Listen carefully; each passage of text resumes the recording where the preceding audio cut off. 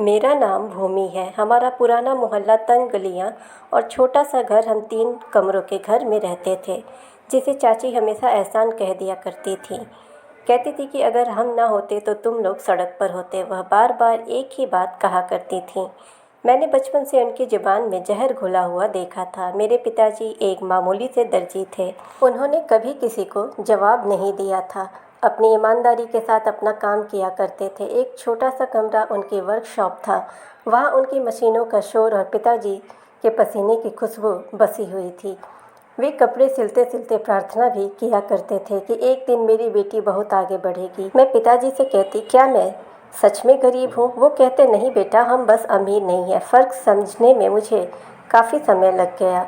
हमारे चाचा पिताजी के छोटे भाई थे और कानूनी तरीके से दुबई चले गए थे। बहुत कम लोग जानते हैं कि उन्होंने जाने के लिए मेरी माँ के जेवर, पिताजी की सिलाई मशीन बेच दी थी। लेकिन पिताजी ने फिर से नई मशीन खरीद ली, मगर किसी से कुछ नहीं कहा। वो सच हमेशा के लिए उनकी आंखों में छुप गया था। कुछ सालों में चाचा ने बहुत पैसा कमा लिया, बड़ी गाड़ी खरीद ली, ब्रांडेड कपड़े, महंगे मोबाइल और सब कुछ उनके पास हो गए। उनके बच्चे महंगे स्कूल में पढ़ते थे, इंग्लिश बोलने और हर वेकेशन पर घूमने के लिए जाया करते थे। हम सरकारी स्कूल के स्टूडेंट थे। मेरा तो यूनिफॉर्म भी फटा हुआ था। जूते माँ हर हफ्ते पॉलिश किया करती थी, तब जाकर वह नए दिखते थे। मैं अपनी उम्र से पहले ही समझदार हो गई थी। चाची का बिहेवियर बहुत सख्त था।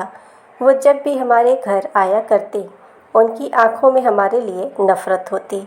एक बार कहने लगी, भूमि, तुम भी पढ़ लिख कर कुछ बन जाना, ताकि हम लोग तुम पर एहसान करना छोड़ दें, भिखारी कहीं के। मैं उनकी बात खामोशी से सुनती रही, मगर मैंने उनको कोई जवाब नहीं दिया। मेरे चाचा के घर में हमेशा रौनक होती थी। चाची बहुत घमंडी थीं। एक बार हम चाचा जी के यहाँ गए तो पिताजी साथ थे। तब दरवाज़ा खोलते ही चाची ने कहा, अपने जूते चप्पल बाहर ही उतार दो, वरना हमारा घर गंदा हो जाएगा। पिताजी ने कुछ नहीं कहा, जूते बाहर ही उतार दिए और अंदर चले गए। वह दिन मेरे दिल में नोकदार कील की तरह जमकर रह गया। उस दिन मैंने खुद से वादा किया था, एक दिन मैं ऐसी बनूंगी जहां इन लोगों को मेरे दरवाजे पर जूते उतारने पड़ेंगे। मैं रातों में जाग कर पढ़ा करती थी। माँ सोते समय मेरे सर पर हाथ फेर कर कहती, बेटी, ऊपर वाला तुम्हें हमेशा कामयाब करे, ताकि तुम्हारे पिता सर उठाकर जी सके। कई बार मेरा दिल हारने के लिए आया था, लेकिन मेरे पिताजी की खामोश कुर्बानियाँ मुझे थाम लिया करती थीं।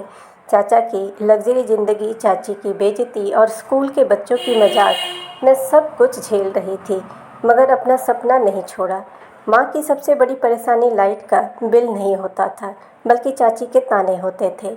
एक दिन उन्होंने पिताजी के सामने कहा, जब हम चाची के बच्चों के साथ खेल रहे थे, अपने बच्चों को संभालो, हमेशा मेरे बच्चों की चीज़ों पर नज़र रखते हैं।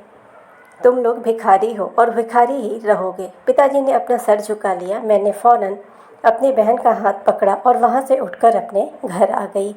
मैं समझ गई थी कि यह जगह हमारे लिए नहीं है। पिताजी हर संडे को चाची के घर कुछ न कुछ दे आते थे, कभी फ्रूट्स, कभी सिलाई किए हुए कपड़े, तो कभी कुछ। मैंने एक दिन कहा, पिताजी, जब वह हमें जलील करते हैं तो आप क्यों उनके घर सामान लेकर जाते हो? पिताजी ने सिर्फ इतना कहा, बेटा, रिश्ते पैसे से नहीं, फ़र्ज़ से निभाए जाते हैं। फ़र्ज़ शब्द उस समय मेरे लिए बहुत बड़ा था, लेकिन इसका मतलब मैं हर दिन सीख रही थी। चाची ने एक दिन यह भी कह दिया कि मेरा पति दुबई से कमाकर भेजता है, तुम्हारे पिताजी तो यहीं कपड़े सिलकर मुश्किल से गुजारा करते हैं। उस दिन माँ ने पहली बार जवाब दिया, सिलाई का काम बुरा नहीं है, मेरे पति मेहनत से कमा रहे हैं, किसी के आगे हाथ नहीं फैलाते।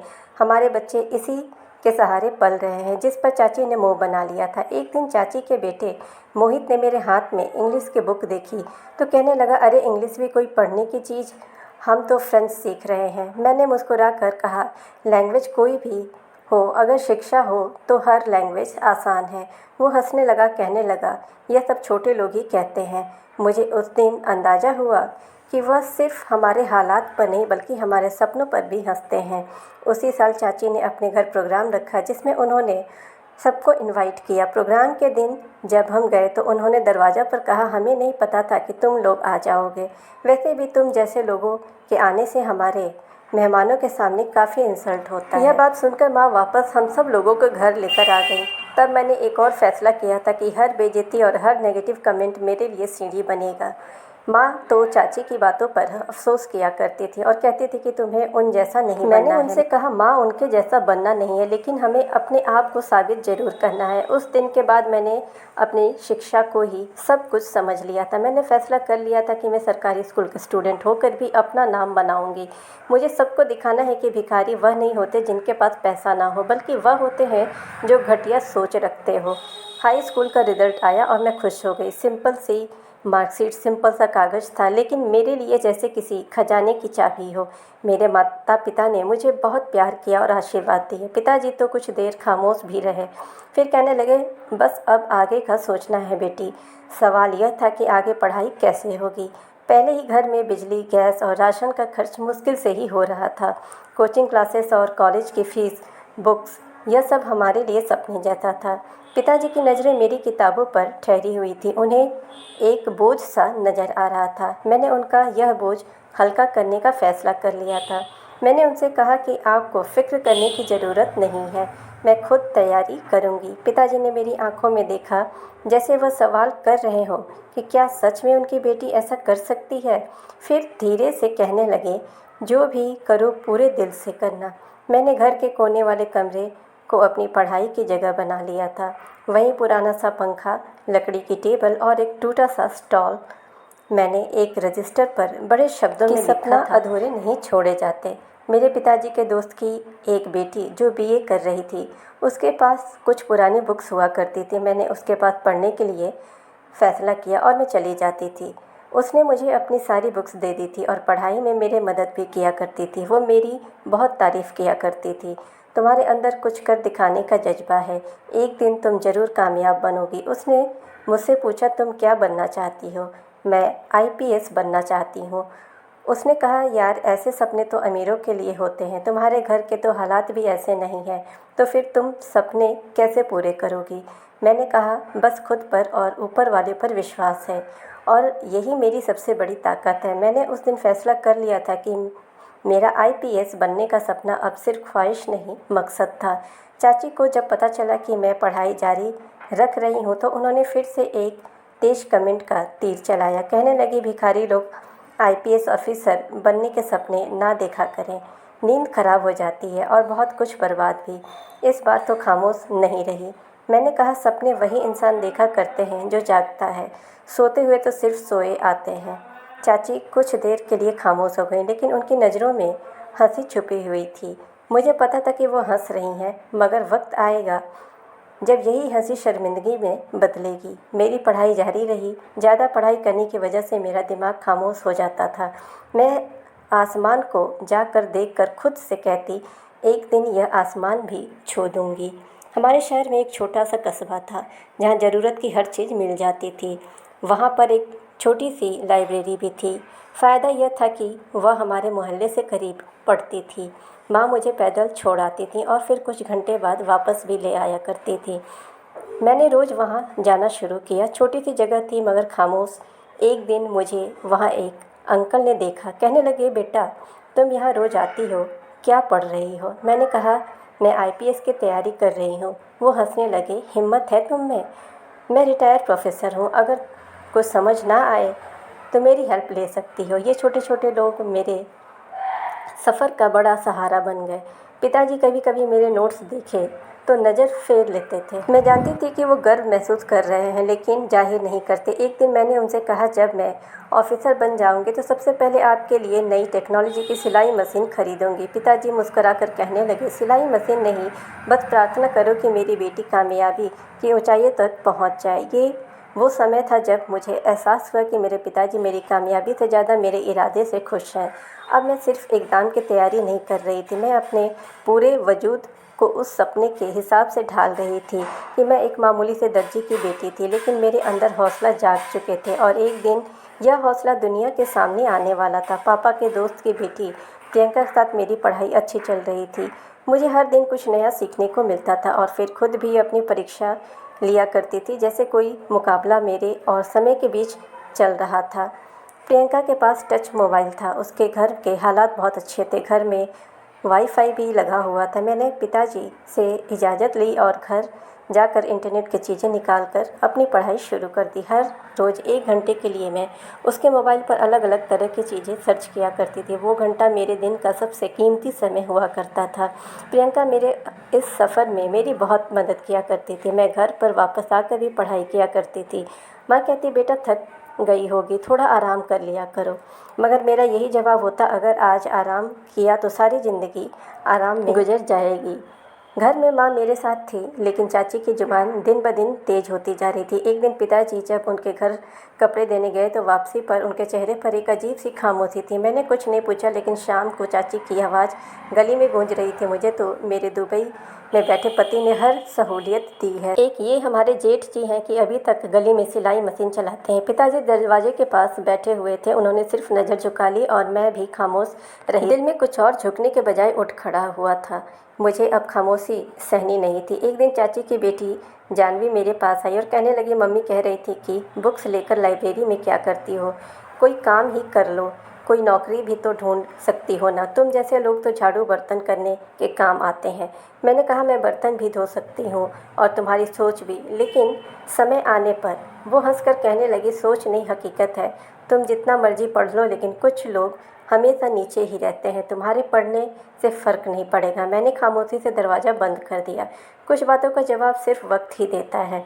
उस बात के बाद मैंने अपनी शिक्षा पर ध्यान और ज़्यादा देना शुरू कर दिया था और अपना सपना रूटीन भी बदल लिया था। सुबह जल्दी उठना, दिन में माँ का घर के कामों में हाथ बटाना और उसके बाद सिर्फ पढ़ाई ही पढ़ाई। मेरे लिए समय का एक भी लम्हा बर्बाद नहीं होता था। माँ कहती थी, बेटा थक जाया करोगी।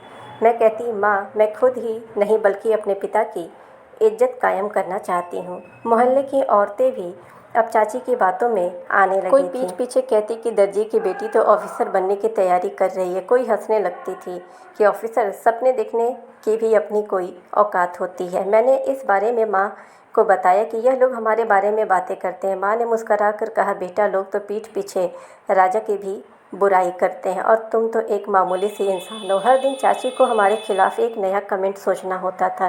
एक दिन कहने लगी कि तुम्हें यह किताब जैसे लोग तो फाइल उठाने के भी काबिल नहीं है। इस बार पिताजी भी वहीं बैठे थे। मैंने उनकी तरफ देखा तो उन्होंने अपनी आंखें बंद कर ली, जैसे सब कुछ बर्दाश्त कर लेना अब उनकी आदत बन गई हो। रात को मैंने पिताजी से पूछा, पिताजी आप चाची की गलत बातों का जवाब क्यों नहीं देते? उन्होंने धीरे से कहा, बेटा जवाब की आवाज़ ऊँची होती है, मुकाम नहीं, और मुझे तुम पर पूरा भरोसा है। ऐसा पहली बार था जब पिताजी ने खुलकर कहा था कि उन्हें मुझ पर बहुत भरोसा है। मुझे ऐसा लगा जैसे किसी ने मेरे हाथ में दुनिया की सारी ताकत दे दी हो। मैं जानती थी कि अब मुझे पीछे नहीं हटना है। जब मैं आईपीएस ऑफिसर बनने की परीक्षा देने के लिए जा रही थी, तब पिताजी ने कहा, बेटा तुम्हें क्या लगता है, क्या तुम यह कर लोगी? मैंने कहा, पिताजी मुझे पूरा भरोसा है। पिताजी काफ़ी देर तक मुझे देखते रहे, फिर कहने लगे, बेटा जब तुमने जन्म लिया था मैंने यह कभी नहीं सोचा था कि ऊपर वाले ने तुम्हें हमारी तकदीर बदलने के लिए भेजा है। मैंने सोचा शायद तकदीर तो पहले से ही लिखी होती है, लेकिन जो खुद लिखना जान ले वह उसे कभी बदल नहीं सकता। अब मेरा सपना सिर्फ एक मकसद नहीं रहा था, वह मेरे अंदर की एक जलती हुई आग बन चुकी थी। एक दिन मैंने फैसला कर लिया था कि यह मोहल्ला, यह गलियाँ, यह साजिश मेरे मतलब के रास्ते की रुकावट बन रही है। मैंने सोच लिया था कि अब अगला कदम शहर का होगा, जहाँ परीक्षा की तैयारी के लिए बेहतर माहौल, किताबें और ख़ुद को साबित करने का मौका होगा। पिताजी से बात की कि मेरे कॉलेज शहर में ही है, परीक्षा देने के लिए तो मुझे वहाँ जाना ही है।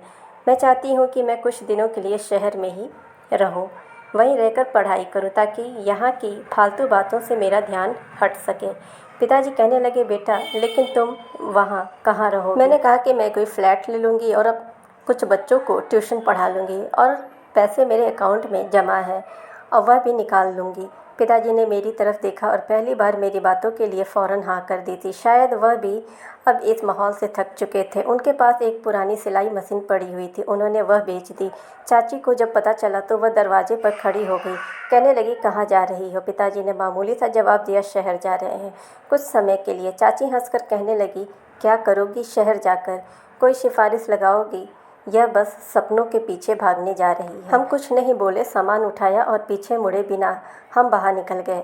मैं जानती थी कि वह दरवाजे पर खड़ी हो हमें देख रही है, हमारे सपनों का मजाक बना रही है, मगर एक समय आएगा जब वह सब समझ जाएगी। शहर आकर सब कुछ नया लगने लगा था। शहर की सड़कें मेरे लिए अजनबी थी। कई चेहरे और अनगिनत घर। हमारे एक छोटा सा फ्लैट किराए पर ले लिया था। वहाँ की छत लीक कर रही थी, बाथरूम की नल टपकती रहती थी, मगर वहाँ वह घुटन नहीं थी जो पुराने मोहल्ले में थी। अभी मेरे एग्ज़ाम शुरू नहीं हुए थे। एग्ज़ाम शुरू होने में अभी 5 महीने बाकी थे। तब तक मुझे उनकी तैयारी करनी थी, बहुत सारी ट्रेनिंग करनी थी। यहाँ शहर के कॉलेज की पढ़ाई में मन लगाना था और तैयारी के लिए मैंने एकेडमी में एडमिशन भी ले लिया था, जहाँ शाम को क्लासेस होती थी। दिन में एक मोहल्ले में बच्चों को ट्यूशन पढ़ाने लगी थी। कभी कभी रात को 1-2 घंटे के लिए लाइब्रेरी में बैठ जाती थी। दूसरी तरफ मेरी ट्रेनिंग भी चल रही थी। मेरी दुनिया बस किसी हद तक थी, लेकिन मेरा मकसद साफ होता जा रहा था। 2-3 दिन गुजरने के बाद मेरे पास प्रियंका का फ़ोन आया। उसने कहा, सुना है तुम ट्रेनिंग के लिए शहर चली गई हो। चलो, यह तो बहुत अच्छी बात है। वैसे यहाँ तुम्हें सब लोग बहुत याद कर रहे हैं। तुमने मुझे बताया भी नहीं कि तुम इतनी जल्दी जा रही हो। कम से कम मुझसे मिल कर तो चली जाती यार। मैंने कहा, प्रियंका, यहाँ मैं सिर्फ एग्ज़ाम के लिए नहीं बल्कि अपनी पूरी तैयारी करने के लिए आई हूँ। बस मेरे लिए प्रार्थना करो कि मेरी परीक्षा सफल हो जाए। मुझे शहर में कोई नहीं जानता था कि मैं कौन हूँ, कहाँ से आई हूँ और किस परिवार से हूँ। मैं खुद को समय के हवाले कर दी थी और फैसला कर लिया था कि अब सिर्फ मेरे नतीजे बोलेंगे। पढ़ाई का माहौल काफ़ी अलग था। यहाँ लोग सिर्फ नंबर्स के पीछे नहीं थे, वह मुकाबले में थे। सब कुछ नापा जाता था। ट्रेनिंग के दौरान मुझे काफ़ी परेशानी हो रही थी, मगर फिर भी मैंने हिम्मत नहीं हारी और जितना हो सका अपने आप को कामयाब बनाने की कोशिश करने लगी। मैंने सोच लिया था कि मैं यहाँ सिर्फ मेहनत करने के लिए नहीं आई हूँ। कॉलेज में मेरी मुलाकात एक लड़की सुनैना से हुई। वह एक बड़े ऑफिसर की बेटी थी और काफ़ी अमीर घर से थी। हम दोनों ने मिलकर ग्रुप स्टडी शुरू कर दी थी। एक दिन मैंने उसे कहा, तुम्हारे यहाँ सब कुछ है, तुम्हें कुछ भी करने की ज़रूरत नहीं है, फिर भी तुम इतनी मेहनत क्यों कर रही हो? वो हंसने लगी और कहने लगी, क्योंकि मुकाबला सिफारिश से नहीं जीता जाता, तैयारी से जीता जाता है। सुनैना मेरी पढ़ाई में लगन देखकर कहने लगती थी कि तुम तो बिल्कुल परफेक्ट हो यार। मुझे लगता है कि तुम अपनी परीक्षा में सफल हो ही जाओगी और एक दिन अपने शहर की बड़ी आईपीएस ऑफिसर बनोगे। मैंने कहा, हाँ, मैंने सब कुछ सीख लिया है, मेरी तैयारी भी पूरी है। बस मेरे लिए प्रार्थना करो कि मैं सफल हो जाऊं, क्योंकि मैं अपने पिता का सर गर्व से ऊंचा करना चाहती हूं। अपने पिता को पूरे मोहल्ले में मान सम्मान दिलवाना चाहती हूं। जो लोग मेरे पिता को दर्जी कहते थे, उनको यह सिखाना चाहती हूं कि एक दर्जी भी अपनी मेहनत से अपनी बेटी को आईपीएस ऑफिसर बनाने के काबिल है। मेरी बात सुनकर वह मुस्कुराई और कहने लगी, तुम जैसे लोग ही आगे चलकर कामयाब होते हैं। मैंने एक रूटीन बना लिया था कि सुबह की अपनी पढ़ाई करती, शाम को अपने फ्लैट के सारे काम करती और रात को 1-2 घंटे अपने घर पर फ़ोन पर बात किया करती थी। माँ कहती थी, बेटा, यह शहर तुम्हें बदल तो नहीं देगा। मैं कहती थी, नहीं माँ, यह शहर मुझे वह बना रहा है जो मैं बचपन से बनना चाहती थी। मेरे माता पिता से मेरे बिना एक हफ्ते भी नहीं रहा गया। उन्होंने भी अपना सामान पैक किया और मेरे साथ मेरे फ्लैट में रहने के लिए आ गए थे। कहने लगे, बेटा, हमें पता है कि तुम अपना ख्याल हमारे बिना नहीं रख सकोगी। अब हमारे लिए सिर्फ तुम ही तो हो, तुम्हारे अलावा हमारा इस दुनिया में है ही कौन, इसलिए हम तुम्हारे पास आ गए। पिताजी अपनी सिलाई मशीन को साथ लेकर आए थे। अगले ही दिन उन्होंने अपनी सिलाई मशीन का सेटअप लगाया और उसकी मरम्मत करने लगे। मैंने कहा, पिताजी, आप यहाँ किसके लिए कपड़े सी रहे हो? उन्होंने कहा कि इस मोहल्ले की एक औरत ने कहा था कि उनके घर शादी है। मैंने उनको बताया कि मैं टेलर हूँ, बहुत अच्छी सिलाई करता हूँ। तो उन्होंने कहा कि ठीक है, हम अपने घर की शादी के सारे कपड़े आपको दे देते हैं। अब तुम यहाँ पढ़ने के लिए आई हो और हम भी तुम्हारे पीछे पीछे आ गए हैं, तो ऐसे गुजारा कैसे चलेगा? मुझे भी तो कुछ ना कुछ करना ही पड़ेगा बेटा। मैंने मुस्कुराकर जवाब दिया, बस पिताजी, आप थोड़ा समय और फिर आप सिलाई नहीं बल्कि घर का काम करेंगे। माँ कहने लगी, बेटा तुम अपने दिमाग में इतनी देर से बातें और पढ़ाई की सारी बातें कैसे रख लेती हो। मैंने कहा, माँ मेरे अंदर बहुत जगह है, बस कामयाबी आने की देर है। मोहल्ले के अभी ज़्यादा लोगों को नहीं पता था कि हम यहाँ आ गए हैं। वह जो हर समय कुछ न कुछ पूछते थे, अब सिर्फ खामोशी से अपने घरों में बैठे हुए थे। एक बार मुझे प्रियंका ने फ़ोन करके बताया कि तुम्हारी चाची ने मोहल्ले में सबको बता दिया है कि तुम्हारे पिता कर्ज की वजह से शहर चले गए हैं। मैंने कहा, ठीक किया उन्होंने, बस कर्ज पैसों का नहीं इज्जत का है और मैं वह उतारने के लिए यहाँ आई हुई हूँ। अब मेरा दिन ट्रेनिंग, ट्यूशन और ख़ुद को बेहतर बनाने में गुजरता है। पिताजी और माँ मेरे साथ साथ थे और मैं उनकी आंखों में विश्वास देखती थी। हम लोग यहाँ मसूरी में बहुत खुश थे क्योंकि आईपीएस ऑफिसर की ट्रेनिंग यहीं होती है। मैं अपने माता पिता की आंखों में वह बेफिक्री देखी थी जो बरसों से ही गायब थी।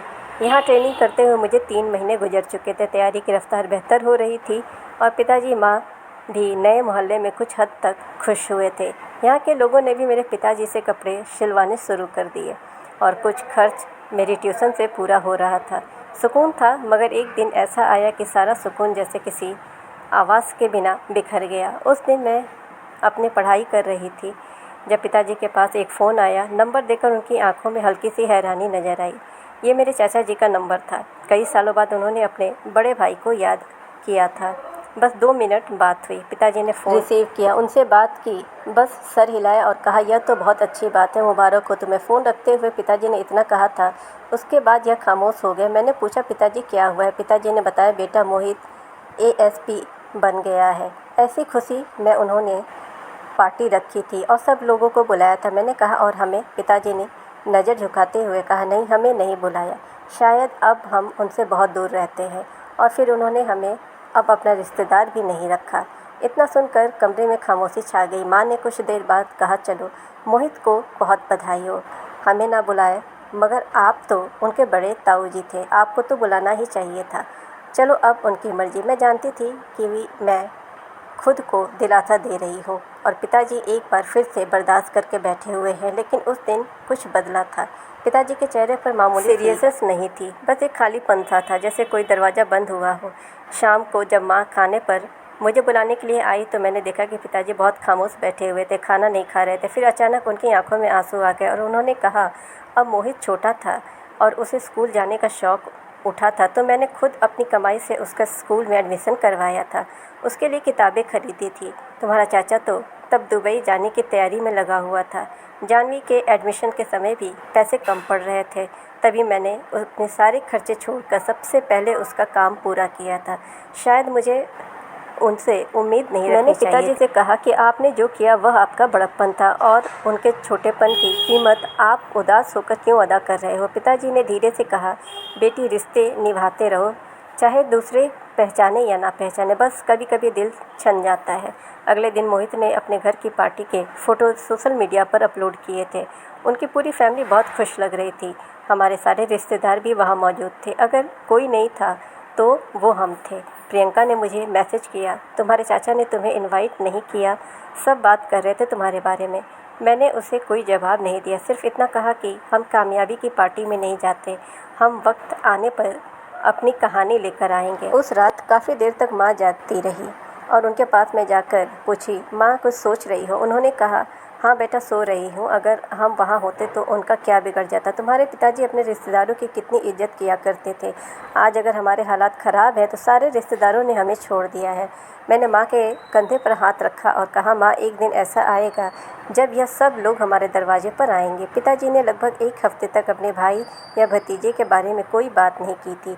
वह रोज़ सिलाई किया करते थे और शाम को चाय के साथ अखबार पढ़ते। मैंने महसूस किया कि खबर कम और खुद को ज़्यादा पढ़ रहे थे। एक दिन मैंने उनके सामने अखबार रख कर पूछा, पिताजी, अगर मैं इस अखबार में एक दिन अपनी तस्वीर के साथ खबर बन जाऊं तो आपको कैसा लगेगा? उन्होंने कुछ देर मेरी तरफ देखा, फिर धीरे से कहने लगे, बेटा, तब मैं यह अखबार बहुत संभाल कर रखूँगा ताकि ज़िंदगी भर के लिए मेरे हिस्से की खुशी सलामत रहे। मैं जानती थी कि अब मेरी परीक्षा का समय है, सिर्फ आईपीएस की नहीं बल्कि उन जख्मों को मरहम बनाने की भी मोहित की कामयाबी और हमारी बेखबरी ने दिया था।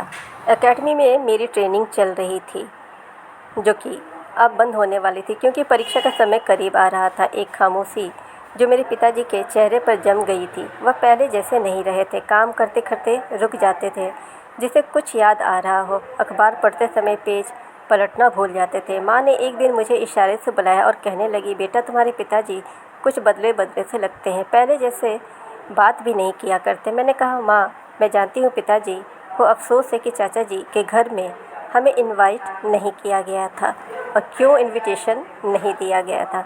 मैंने फैसला कर लिया था कि अगर दोबारा किसी फंक्शन में हमारा नाम नहीं आया तो इस बार हम खुद वहाँ जाएंगे और इस बार तमाशा नहीं बनूंगी। मैंने अपने कमरे में जाकर किताबें समेटा। सब कुछ बदला, वही नोट्स वही किताबें, लेकिन अब मेरी नज़रों में इनका मतलब बदल गया था। अब आईपीएस सिर्फ कामयाबी का रास्ता नहीं, वो बदले का जरिया बन चुका था। बदला किसी इंसान का नहीं बल्कि उस सोच का जो सालों से हमारे कॉन्फिडेंस के रौंदता आ रहा था। मेरी लगन अब और बढ़ती ही जा रही थी। अगली सुबह पिताजी जल्दी उठ गए थे और उनके पास मैं गई। मैंने कहा, पिताजी आज से तैयारी शुरू हो गई है और आपको वादा करना होगा कि आप हार नहीं मानेंगे। उन्होंने मेरी तरफ देखा। उनकी आंखों में कुछ नरमी और बहुत सा दर्द था। उन्होंने कहा, बेटा मैं हार नहीं मान रहा, बस थक गया हूँ। मैंने कहा, तो अब मेरी बारी है। अब आप आराम करोगे और मुझे आगे बढ़ने दोगे। उस दिन के बाद मेरी रूटीन बदल गई। मैंने अब अपनी परीक्षा पर कॉन्सेंट्रेट करना शुरू कर दिया था। वक्त गुजरता गया, पढ़ाई मेरे लिए अब पर्सनल हो गई थी और फिर मेरी परीक्षा का समय आ गया। मैंने हर पेपर की तैयारी दिन रात मेहनत करके की थी। मेरे पास अब वापसी का कोई रास्ता नहीं था, ना कोई गुंजाइश थी। मैंने अपने पिता की परेशानी और माँ की झुर्रियों से भरे हाथों का भरम नहीं तोड़ना चाहती थी। मैं उन्हें इस समाज में मुकाम दिलाना चाहती थी जिसके वह हकदार थे। एक एक करके परीक्षा खत्म हुई। मेरी माँ और पिताजी दिन रात मेरे लिए प्रार्थना कर रहे थे, मुझे प्यार करते, मुझे पेपर के लिए विदा करते। एग्ज़ाम खत्म हुए, कब रिज़ल्ट का इंतज़ार था। मैं जानती थी कि मेरी कामयाबी का मेरे पिताजी के अलावा किसी को इंतज़ार नहीं है और ऐसा ही था। रिज़ल्ट आया तो मेरी आंखों में शुक्र के आंसू थे। मैं पूरे देश में 800 की श्रेणी में आई थी। मुझे कामयाबी हासिल हो गई थी। मेरी मेहनत रंग ले आई थी। मेरे माता पिता को हौसला मिल चुका था। मुझे आईपीएस ऑफिसर सेलेक्ट कर लिया गया था। मैं घर आकर जब यह खबर अपने माता पिता को बताई तो वो खुशी से झूम उठे थे। उन्होंने मुझे गले से लगा लिया, प्यार किया, आशीर्वाद दिया और यही आशीर्वाद मेरी ज़िंदगी का सबसे कीमती जरिया था। अब बारी थी मेरे इंटरव्यू की। कुछ हफ्तों बाद इंटरव्यू में मुझे सवाल जवाब किए गए। मैंने उनके सारे सवालों के जवाब कॉन्फिडेंस के साथ दिए, जिससे मुझे पास कर दिया गया था।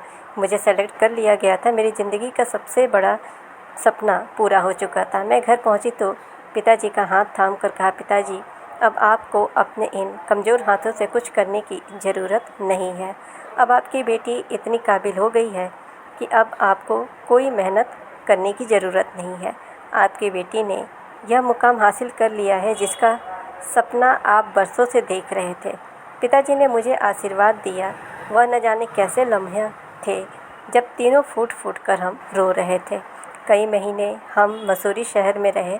वहाँ से ज़्यादातर अपनी अकादमी में ही रही और अपने माता पिता के करीब भी रही। उस दिन पहली बार मेरे पिताजी ने दिल खोलकर अपने इमोशंस का इजहार किया था। मेरी ज़िंदगी का मकसद पूरा हो चुका था, मगर अभी सबसे बदला लेना बाकी था। जो लोग इस खबर से बेखबर थे, क्योंकि उन्हें ना तो मुझसे कोई उम्मीद थी और ना ही हमसे कोई मतलब था। मोहित की कामयाबी के बाद हमारे सारे रिश्तेदारों ने जैसे एक नया जश्न शुरू हो गया था और वो लोग बार बार सोशल मीडिया पर फ़ोटो अपलोड कर रहे थे, मोहित को बधाइयाँ दे रहे थे। अब हर किसी के लिए मोहरा मोहित था। हर रिश्तेदार हर दिन उनकी तरक्की को अपनी इज्जत समझ रहा था। अब बारी थी हमारे अपने शहर आने की। मैं जब वहाँ पहुँची तो हम अपने वही छोटे घर में आ गए थे। आज मेरी कामयाबी का दिन था। अपने शहर में वहाँ के आईपीएस ऑफिसर बनकर लौटी थी। शहर में एक बड़ा फंक्शन था जहाँ मोहित को इनवाइट किया गया था। कुछ सरकारी नेता, बड़े बड़े ऑफिसर, सब लोग वहाँ पर आने वाले थे, जिसमें हमारे कुछ रिश्तेदार भी इनवाइट थे। मैंने पिताजी से कहा, हम वहाँ जाएंगे और इस बार हम तमाशा नहीं बनेंगे। पिताजी कुछ कहने की कोशिश कर रहे थे, लेकिन उनकी आंखों में कुछ ऐसा था जिस पर वह खामोश हो गए थे। वह मुझे अब रोकने वाले नहीं थे। उन्हें आइडिया हो गया था कि अब वक्त बदल चुका है। शाम को जब हम उस फंक्शन में पहुंचे तो बहुत बड़ा होटल था। दरवाजे पर भीड़ थी, मेहमानों की भीड़ लगी हुई थी और सिक्योरिटी भी सख्त थी। हम जैसे ही दरवाजे के करीब पहुंचे, एक गार्ड ने हाथ उठाकर रोका। उन्होंने अंदर जाने के लिए आईडी कार्ड मांगे। मैंने अपने पर्स से एक कार्ड निकाल कर दिया। गार्ड ने उसे देखकर फिर जल्दी से सीधा होकर सैल्यूट किया। कहने लगा, वेलकम मैडम, हमें आपका इंतज़ार था। पिताजी ने खुशी और हैरानी से उसकी तरफ देखा। मैं बस उनका हाथ पकड़ ली और कहा, हम अंदर चलते हैं। अंदर भीड़ थी, कुछ लोगों ने मुझे पहचान अंदाज़ा लगाया, मगर जिन्होंने पहचान लिया था उनके चेहरे पर हैरानी छुपी ना रह सकी। मोहित स्टेज पर खड़ा था, चाची कुर्सी पर बैठी हुई थी। जैसे ही उनकी नज़र हम पर पड़ी, उनके माथे पर बल पड़ गए। उन्होंने फ़ौरन गार्ड को इशारा किया कि इन लोगों को यहाँ से बाहर निकालो। गार्ड हमारी तरफ आया। पिताजी ने एक कदम पीछे हटा लिए, मगर मैं अपनी जगह वहीं खड़ी रही। जैसे कि गार्ड करीब आए, उनमें से एक ने मुझे पहचान लिया और रुक गया और तेज़ आवाज़ में कहने लगा, मैडम आप यहाँ कैसे? हमें तो नहीं बताया गया था कि आप यहाँ आ रही हैं। दूसरे गार्ड ने भी सल्यूट किया और फिर भरी महफिल में शोर मच गया कि आईपीएस मैडम आई हैं। वहाँ अफरा तफरी का माहौल बन गया था। पूरा हॉल जैसे सांस लेना भूल गया था और यही सब हमारे लिए पहचान का धमाका बन चुका था। सब लोगों ने हमें देखा। मोहित बड़बड़ाने लगा, क्या बकवास है, यह कैसे आईपीएस बन सकती है? एक औरत ने कहा, यह वही लड़की है ना, भूमि? कभी मोहित ने आगे बढ़कर मेरी तरफ देखा, कहने लगा, तुमने तो बताया नहीं। मैंने मुस्कुराकर कहा, कभी मौका नहीं मिला तुम्हें बताने का। चाची कहने लगी, यह सब झूठ है, एक टेलर की बेटी आईपीएस कैसे बन सकती है? मैंने उनकी तरफ देखा। मैंने कहा, आपको यकीन नहीं हो रहा है, लेकिन अब आपको यकीन करना पड़ेगा। वहाँ मौजूद सारे लोग हैरान रह गए थे। पिताजी मेरी तरफ देखकर यकीन करने की कोशिश कर रहे थे कि यह उनकी ही बेटी है, जिसकी यहाँ मौजूद लोग इज्जत कर रहे हैं। मोहित कहने लगा, अगर यह सब सच है तो तुमने पहले क्यों नहीं बताया? मैंने कहा, क्योंकि अब पहचान खुद बोलती है तो इंट्रोडक्शन की ज़रूरत नहीं रहती। सब कह रहे थे कि यह वही नई आईपीएस ऑफिसर है जो इस साल आईपीएस बनी है। फिर कुछ लोगों ने पिताजी से कहा, हम आपकी बेटी को जानते हैं। मैंने बात काटते हुए कहा, नहीं, कभी मुझे किसी ने जानने की कोशिश नहीं की। यहाँ मौजूद सारे लोग मेरी तस्वीर लेने लगे, मुझे स्टेज पर ले जाने लगे। मैंने अपने पिताजी का हाथ पकड़ा और स्टेज पर आ गई। आज मैं मोहित से बड़े पद पर थी। मुझे वह इज्जत दी जा रही थी जो सारी ज़िंदगी मैंने खुद को भी नहीं दी। फिर एक कोने में खड़े सिक्योरिटी ऑफिसर ने बुलंद आवाज़ में माइक पर ऐलान किया कि मेहमानों को बताया जाता है कि आईपीएस मैडम भूमि गुप्ता आज हम लोगों के बीच है, जिन्होंने इस साल हमारे शहर के आईपीएस ऑफिसर बनकर हमारे शहर का नाम रोशन किया है। वहाँ मौजूद सारे लोग मेरे लिए तालियां बजाने लगे। कुछ लोगों के कदमों के नीचे से ज़मीन निकल गई थी। मोहित की नज़र नीचे हो गई थी, उनकी आंखों में शर्मिंदगी साफ नज़र आ रही थी। मैंने स्टेज पर मामूली सी स्पीच भी दी और अपने पिताजी के साथ वापस जाने लगी। फिर जाते समय हिम्मत करके मोहित ने मुझसे हाथ मिलाया। चाची ने अपनी आंखों पर हाथ रख लिया था, कहने लगी, यह सब झूठ लग रहा है। पिताजी ने सर झुका जैसे खुद से पूछ रहे हो। मैं उनकी तरफ देखी। मैंने कहा, पिताजी आपने जो सब देखा है सब सही है, सब किया था, आज वही सब रंग लेकर आया है। सारे लोग मेरे आगे पीछे घूम रहे थे, मीडिया वाले भी मेरी तस्वीर ले रहे थे। यहाँ पर मौजूद एक ऑफिसर मुझे अच्छी तरह से जानती थी। मेरे करीब आकर कहने लगी, हो हमें गर्व है कि इस फंक्शन में आज तुम हमारे साथ हो। जब हम लोग घर पहुँचे तो मोहित हमारे घर आया और कहने लगा, तुम यहाँ तक कैसे पहुँची? मैंने कहा, तुमने कभी देखने की कोशिश नहीं की कि मैं किस तरह से कामयाब हो रही हूँ। मेरे माता पिता बहुत खुश थे और आज उन्हें मुझ पर बहुत गर्व महसूस हो रहा था। ऐसा लग रहा था जैसे सदियों का बोझ उनके दिल से उतर गया हो। फिर चाची भी हमारे घर आई और कहने लगी, बेटा मैं तुमसे माफ़ी मांगने के लिए आई हूँ, मैं बहुत शर्मिंदा हूँ। मुझे लगता था कि तुम कभी कुछ नहीं बन सकती। हम नहीं जानते थे कि वक्त इतना बदल सकता है। मैंने कहा, वक्त नहीं बदला है, बस वक्त ने आपको आईना दिखाया है। अब मेरी पहचान किसी की मोहताज नहीं थी। मेरा मुकाम बोल रहा था और इस मुकाम को पाने की जंग बहुत ही कड़ी थी। पिताजी मेरी इस कामयाबी पर कुछ कहना चाहते थे, लेकिन उन्होंने सर पर हाथ रखकर मुझे आशीर्वाद दिया। अगली सुबह ऑफिस पहुंचते ही मेरे टेबल पर मोहित की फ़ाइल रखी हुई थी, एक अंदरूनी इंक्वायरी की, जिसमें उसके बिहेवियर और कुछ शिकायतों पर कार्रवाई शुरू की गई थी। मैंने फ़ाइल खोली, एक नज़र पूरी रिकॉर्ड देखा और सारा दिन इस पर काम किया। और अब यह काम मेरे लिए पर्सनल नहीं था, सरकारी तौर पर मेरा कैरेक्टर इस करियर से जुड़ा हुआ था।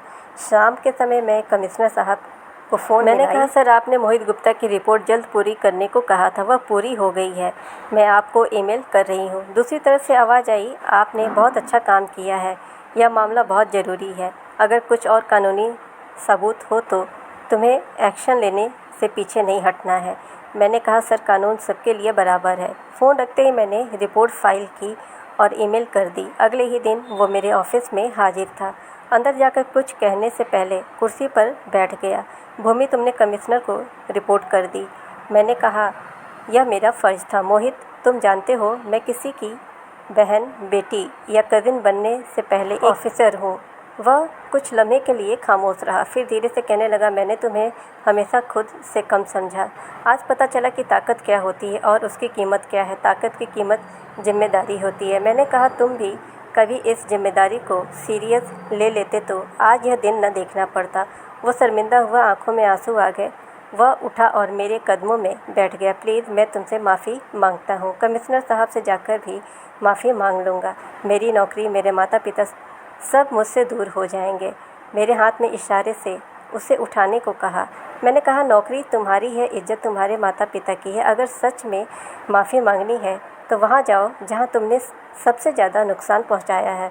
वो झुककर वहाँ से चला गया। उसी शाम हमारे घर के दरवाजे पर दस्तक। सामने चाची खड़ी थीं, आंखों में घबराहट थी। उन्होंने कहा, भाभी, मैं आपके आगे हाथ जोड़ती हूँ। भूमि से कहिए कि मेरे बेटे की नौकरी बचा ले, उससे गलती हो गई है और हमसे भी गलती हुई है। फिर उन्होंने मेरी तरफ देखा और कहने लगे, बेटा, हमने तुम्हें कभी नहीं समझा। प्लीज़ हमें माफ़ कर दो। मोहित की नौकरी खतरे में है, वह बिखर गया है। पिताजी ने खामोशी से उनकी बात सुनी, फिर धीरे से कहा, हमने तुमसे कभी इज्जत नहीं मांगी, सिर्फ नज़रअंदाज किया। मगर तुम्हें लगता है कि हम तुम्हारे मुकाबले के नहीं। उन्होंने कहा, भैया, हमारी सोच छोटी थी, मगर भूमि ने आज सब कुछ बदल दिया। प्लीज़ हमें माफ़ कर दो और हमारे बेटे की नौकरी बचा लो। पिताजी ने मेरी तरफ देखा। मैं खामोशी से खड़ी सब कुछ सुन रही थी। उन्होंने कहा, बेटा, मैं तुम्हारे पिता को जो सुनाती रही, आज वह सब मेरे बेटे के आगे आ रहा है। तुमने हमारा सर झुका दिया है, लेकिन अगर यह झुकाना हमारे हार दिख रही है तो हमें झुकाना मंजूर है।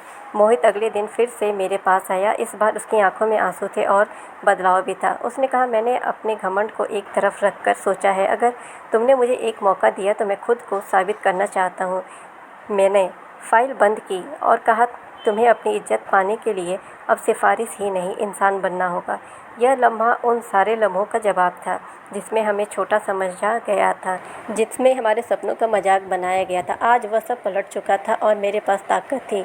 यह वो ताकत थी जिसकी कीमत कुर्बानी, समय और सब्र से अदा की गई थी। ऑफिस में सन्नाटा था। फाइल बंद हो चुकी थी, कार्रवाई पूरी हो चुकी थी और वह सिर्फ रिपोर्ट के मुताबिक फैसला जानना बाकी था। मुझे पता था कि मोहित अब खुद को बेहतर ऑफिसर बनाने की कोशिश करेगा, लेकिन पुरानी बातें मैं भूल नहीं सकती थी। दोपहर में कमिश्नर साहब का मैसेज आया। उन्होंने कहा, कोई सिफारिश आई हो तो मुझे ज़रूर बताना, लेकिन रिपोर्ट जानदार होनी चाहिए। मैंने कहा, सर, रिपोर्ट पहले से ही सच पर है। अब हमारे वह रिश्तेदार जो कभी हमें पूछते भी नहीं थे, अब हमें अपने घर इनवाइट करने लगे हैं। उनके शब्दों में मिठास आ गई थी। सब लोग हमसे कहते थे कि तुम्हारी बेटी ने तो नाम रोशन कर दिखाया है। चाची भी कहने लगी थी, भूमि बेटा, तुमने बहुत बड़ा काम किया है, हमें तुम पर गर्व है। मैंने धीरे से जवाब दिया, गर्व आपको इस बात पर होना चाहिए कि आपने अपना बिहेवियर बदला। मोहित सर झुका कर बैठा हुआ था। चाची उसके पास बैठी। मैंने कहा, रिपोर्ट सच है, गलत सिर्फ तुम्हारे दिल थे। पिताजी ने फ़ौरन बात संभाल ली। कहा, बेटा, हम सब इंसानों से गलती होती रहती है, लेकिन जो समय गुजर चुका है उसको इल्ज़ाम से नहीं बल्कि माफ़ी से संवारा जा सकता है। मैंने अपनी बात जारी रखी और कहा, अब किसी रिश्तेदार को, किसी कमज़ोर को, किसी गरीब को कमज़ोर नहीं समझना, वह सिर्फ अपनी इज्जत खो देगा। मैं इस परिवार का हिस्सा हूँ, लेकिन अब मैं इस शहर की एक बड़ी ऑफिसर हूँ। अगली बार कोई गलती हुई तो नौकरी गई। मोहित ने सर उठाकर देखा और कहा, मैं वादा करता हूँ कि अब किसी के साथ गलत नहीं करूँगा। चाची ने पिताजी के हाथ जोड़कर कहा, भैया, हमें माफ़ कर दो। हम में गुरूर था, लेकिन आपकी बेटी ने हमें सबक सिखा दिया है। हर तरफ मेरी ये बातें हो रही थी, हर किसी की नज़र मुझ पर थी। मैंने सबको देखा और कहा, यह कामयाबियाँ मेरी नहीं, मेरे और मेरे पिता की परवरिश का नतीजा है। गरीबी किसी की गलती नहीं होती, मगर घमंड इंसान को बर्बाद कर देता है। यह शब्द बोलकर जब मैं बाहर आई तो आसमान पर हल्की सी हवा चल रही थी, जैसे समय ने थपकी दी हो। अब वो परेशानी जो बरसों तक हमारे दरवाजे पर थी, वो नेगेटिव कमेंट हमने लोगों से सुने थे, वो सब अब तारीफ़ में बदल चुके थे। सारे लोग इज्जत से सर उठाकर हमें देख रहे थे और हम सिर्फ किसी की बेटी नहीं बल्कि अपनी पहचान की मालिक बने थे। अब हर इनविटेशन में मेरा नाम सबसे पहले आता था और हर फंक्शन की सबसे स्पेशल मेहमान की हैसियत से मैं जाती थी, लेकिन मेरे अंदर वही जज्बा था, मगर अभी मेरे किसी फैसले से किसी लाचार का सर झुके तो मेरी कुर्सी की कोई कीमत नहीं है। उस दिन के बाद पिताजी ने जब भी अपनी पुरानी सिलाई मशीन को देखी तो कहते थे कि यह मशीन तो पुरानी हो गई है, लेकिन जिसे उसने बिठाया था वो अब पूरे शहर की उम्मीद है। आज मेरे वही सब रिश्तेदार मेरे करीब हैं जो मुझे बुरा समझते थे, लेकिन मैं सिर्फ अपने काम पर ध्यान देती हूँ। जैसे मैं कभी सिर्फ अपने पढ़ाई पर ध्यान दिया करती थी और आज मेरे माता पिता सर उठाकर और इज्जत की ज़िंदगी जी रहे हैं। भूमि की कहानी समाज को सिखाती कि मेहनत, संयम और आत्मविश्वास से कोई भी अपना तकदीर बदल सकता है। गरीबी या तिरस्कार इंसान की क्षमता को नहीं रोकते, उसका जज्बा और दृढ़ संकल्प उसकी पहचान बनते हैं। भूमि ने अपने पिता की खामोश कुर्बानियाँ और माँ के विश्वास को ताकत बनाकर चाची के तानों को प्रेरणा में बदला और साबित कर दिया कि सपने जागते हुए देखे जाते हैं। यह कहानी समाज को दिखाती है कि दूसरों को छोटा समझना या उनकी मेहनत का मजाक उड़ाना हमारी संकीर्ण सोच की ओर दर्शाता है। रिश्ते पैसे या रुतबे से नहीं बल्कि फ़र्ज और सम्मान से निभते हैं। सच्ची सफलता वही है जो दूसरों को प्रेरित करे और समाज में सम्मान व समानता ले आए। हमें हर व्यक्ति की मेहनत का सम्मान करना चाहिए क्योंकि हर इंसान में कुछ बड़ा करने की क्षमता होती है। यह कहानी प्रेरित करती है कि नैतिकता और मेहनत से हर बाधा को पार किया जा सकता है। दोस्तों, उम्मीद करती हूँ कि आपको हमारी कहानी पसंद आई होगी। कहानी पसंद आई हो तो वीडियो को लाइक करें, चैनल पर नए हो तो चैनल को सब्सक्राइब करें और हाँ, नोटिफिकेशन बेल ज़रूर दबाएं ताकि आपको अगली अपडेट सबसे पहले मिल सके। धन्यवाद।